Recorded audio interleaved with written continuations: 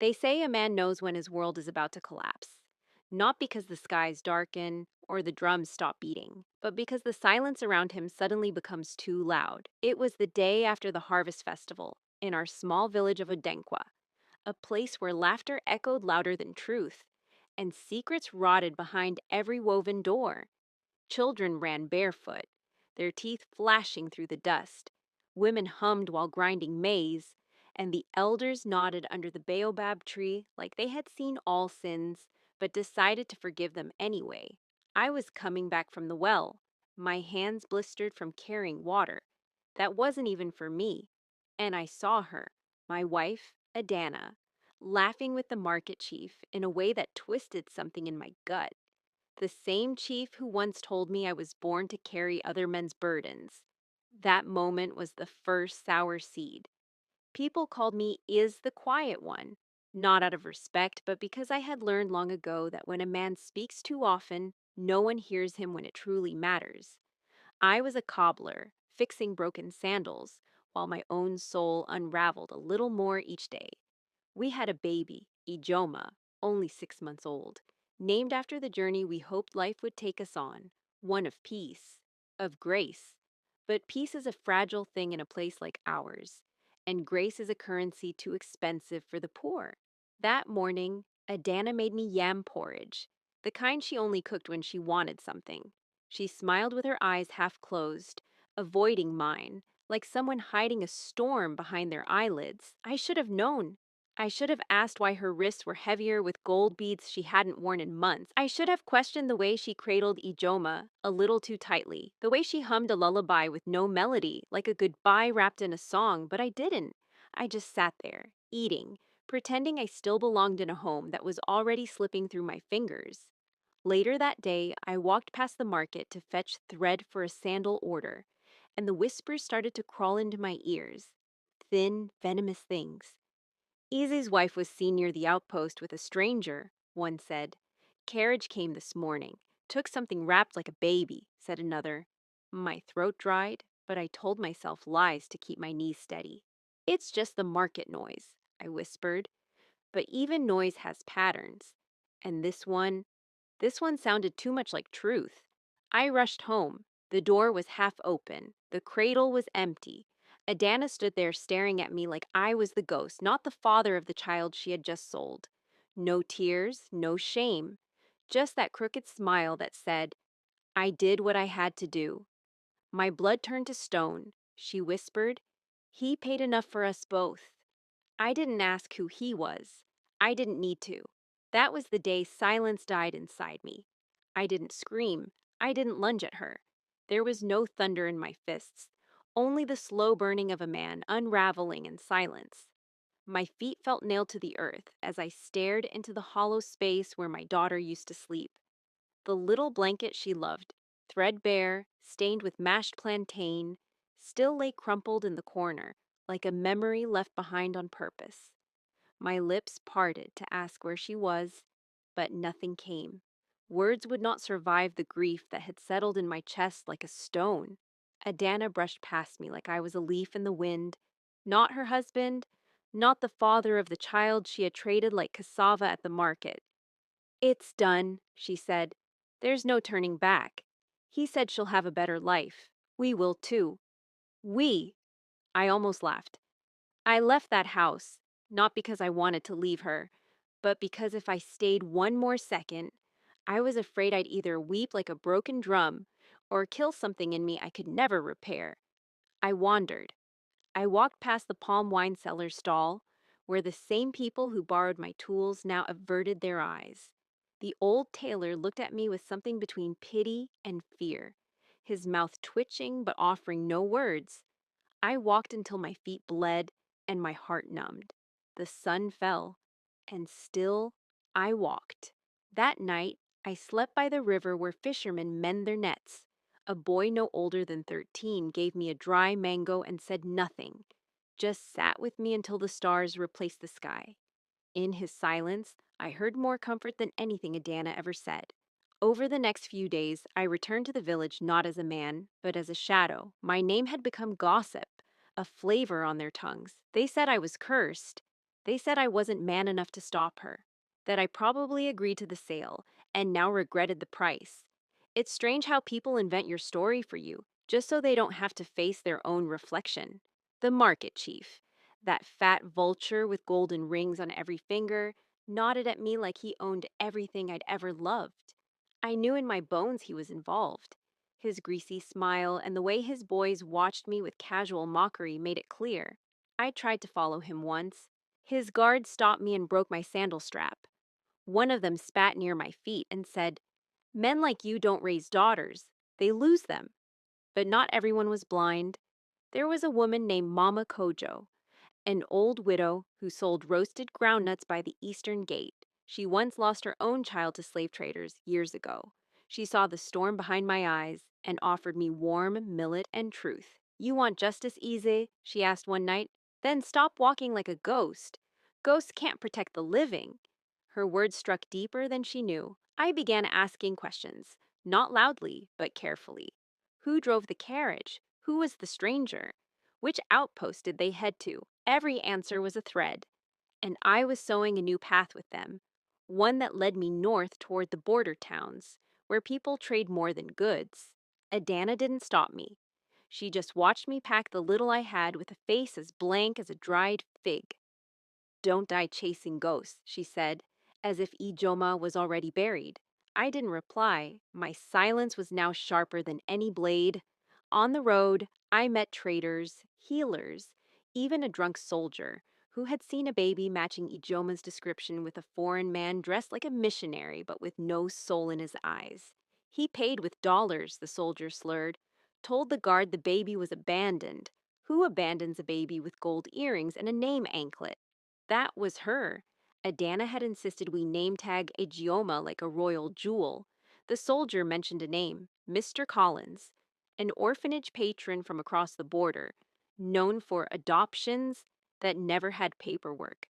My fists clenched until my nails drew blood.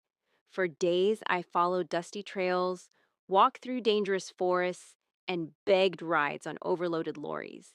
I sold my cobbler's tools to buy food, and when that ran out, I worked for a day's bread. I was no longer Eze the quiet one. I was Eze the fire. When I reached the border town of Kafolo, I posed as a farm laborer and stayed with a kind couple who fed me and let me sleep in their goat shed. From there, I scouted the missionary compound. It was quiet, too quiet. Children played behind tall fences. Some looked like they belonged, others didn't. I didn't see Ijoma yet. I waited 3 days. On the fourth, a small girl with gold beads in her ears was led outside for sun.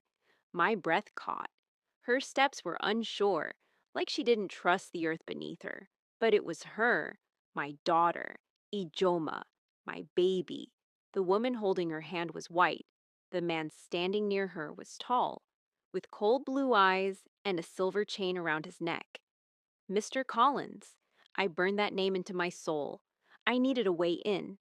That night, I sneaked into the back alley where food waste was thrown. I waited in filth, listening. I learned the schedule, the guard's shifts, the kitchen deliveries. And then I met him, a man named Baba Mosi, who cleaned toilets for the orphanage and had a daughter inside, one he wasn't allowed to visit. "They say I'm unfit," he said bitterly, "but he's the one who steals them from families." I told him my story. I didn't need to beg. His silence joined mine. The next night, with Baba's help, I slipped into the servant quarters, disguised in rags. I stayed hidden for hours, trembling, waiting. When the moon was highest, I moved. My feet made no sound. I opened a side door with a wire I'd bent into a key. I entered the nursery hall. There were rows of cribs, but only one mattered. I found her, Ijoma. She was asleep, tiny fists curled like petals. I wept, quietly. I had to. I held her, kissed her forehead, and whispered, "Papa's here." But fate isn't kind. As I turned, a floorboard creaked. A guard shouted, "Alarms! Chaos!" I ran, holding her like the last light of my life, through halls, past shouting voices, into the cold night. Baba had left the gate unlatched. I slipped through, into the dark, into freedom. But they followed, they chased. A lorry was idling nearby. I begged the driver, a stranger, to help. He saw my baby. He saw my tears. He opened the door. We escaped. For now, I change routes for days. Hidden bushes, traveled by night. When I finally reached the edge of Odenkwa again, I had nothing. No shoes, no money, no tools. But I had her. Ijoma was safe. And in that moment, I realized something. I wasn't just rescuing her. I was rescuing the part of me I thought Adana had destroyed. Returning to Odenkwa wasn't triumphant. It wasn't the homecoming of a hero. It was the return of a man who had clawed his way out of death, only to find the village exactly as he'd left it. Unmoved, indifferent, soaked in gossip and rot. Ijoma slept on my chest, her breath warm, her tiny fingers clinging to my shirt like she knew I'd walk through fire to bring her back. The moment I crossed the dusty threshold of our home, Adana looked up, eyes wide, not with guilt, but fear. She stepped back, knocking over the calabash of water she was carrying, the splash staining the red clay floor like blood. How, she stammered, voice cracking, trembling lips betraying the hardness she had worn like armor. I didn't speak. Not yet. I laid Ajoma on the mat, wrapped her gently, and kissed her forehead. Then I turned to the woman I once loved with all the hope a poor man could muster. "You sold her," I said, my voice low, sharp, every word cutting through the air like a machete. "You wrapped our daughter in cloth and gave her to a stranger like she was fruit." Adana's hands trembled. She looked thinner, older. Betrayal ages the betrayer too, but it doesn't grant them mercy. "You don't understand," she said. "We had nothing. I begged you to leave this place, to dream bigger. But you were content fixing shoes while I starved beside you. He offered more than food. He offered a future." My laughter was hollow. "A future without our child?"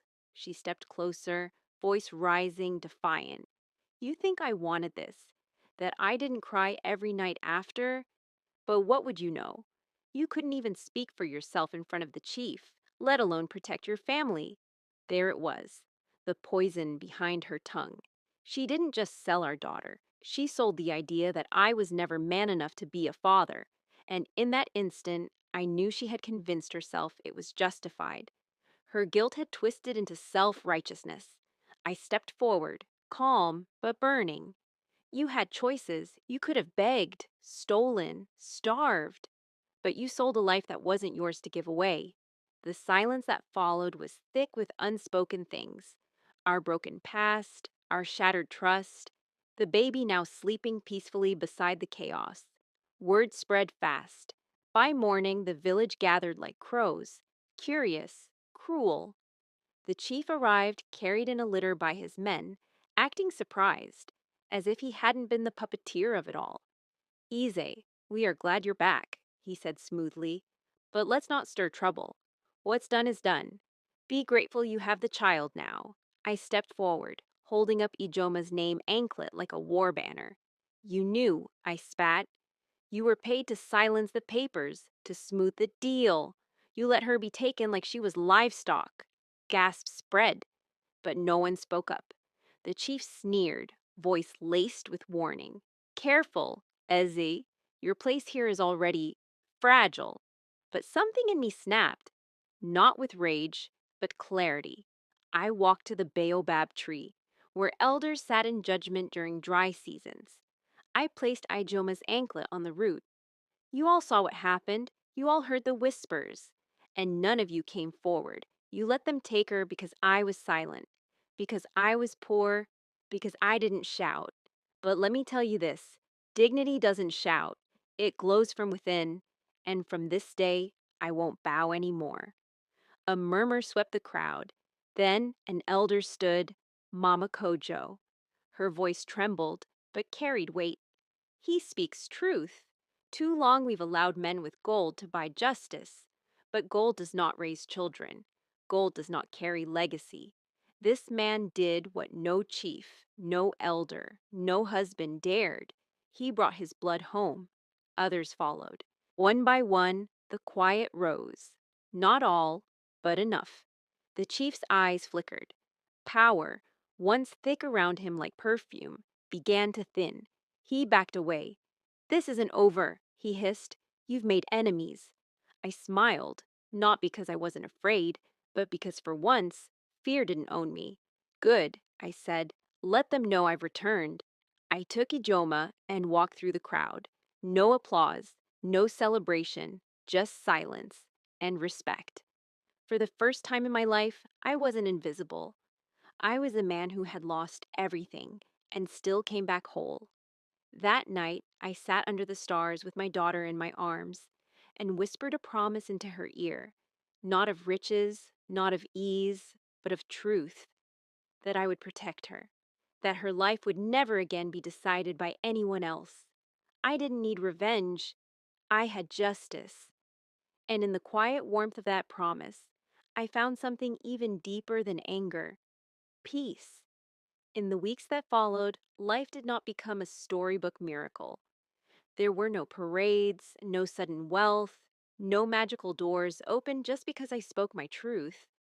But something had shifted. Something so small and sacred, it didn't need drums to be real. People began to see me differently, not because I shouted louder, but because I stood straighter. I returned to fixing sandals. Yes, but now customers looked me in the eye. They didn't call me the quiet fool anymore. They called me Baba Ijoma, a man with something precious, a man who returned from hell holding his child, and with that, reclaimed his place in the world. Ijoma grew stronger each day, her laughter filling the clay-walled house like sunlight after a storm. She would grab my thumb and pull it toward her chest like she was anchoring me to the present, reminding me that everything before didn't matter as long as she had me now. Adana stayed in the village, but we lived apart. She tried once or twice to approach. Once she brought guava and placed it by the door. Another time, she sent a message through Mama Kojo, saying she missed the sound of our daughter's cries at night. But I didn't open that door. Forgiveness may bloom in time, but trust is soil that must be tilled with both hands. And she had buried too many truths to be welcomed back by silence alone. I didn't hate her. Not anymore. Hate is heavy, and I had carried enough weight for 10 lifetimes. I pitied her for believing that gold could replace the grace of a child's touch, for confusing desperation with betrayal, for thinking that survival meant selling the very thing that makes us human: love. One evening, a man from the next town came looking for me, a missionary, but not like the one who tried to take Ijoma. This one was different. He had heard about my story through the markets, said he ran a small orphanage, one built on honesty, where mothers could leave babies they couldn't raise, but only by choice and with witness. He offered me a job, said he needed someone like me, someone who knew the value of what is lost when children become commodities. I thought of Ijoma's name anklet, now tied around a small calabash on our mantel, and I accepted, not because I needed a new life, but because maybe I could help another father keep his. I trained. I traveled. I learned how to register births, track papers, advocate for forgotten families. And all the while, Ijeoma grew, curious, wild, full of fire. She would run barefoot through the grass, asking me if clouds could cry and if trees remembered names. And every time I looked at her, I saw the road that had burned beneath my feet. I saw Adana's cold smile, the chief's warning, the silence of the villagers, and the courage it took to speak anyway. Ijoma would never know the full weight of what she had survived, and she didn't need to. All she needed was what I gave her each morning: arms that held, a voice that answered, and eyes that saw her as a miracle, not a transaction. In time, my story became a whisper passed between fathers at wells, told around fires in hushed tones. The man who got his baby back. Some doubted it. Others added their own versions. But I didn't care. The truth didn't need an audience. It just needed to exist. And in that truth, I became more than a cobbler, more than the quiet fool. I became Iaz, the man who walked through fire and didn't burn. And that, in the end, was enough. Years later, when Ijoma was old enough to ask where her mother went, I didn't fill her ears with bitterness. I told her the truth, not the whole storm, but just enough for her heart to understand without breaking. I told her that some people make painful choices because they believe they have no other way.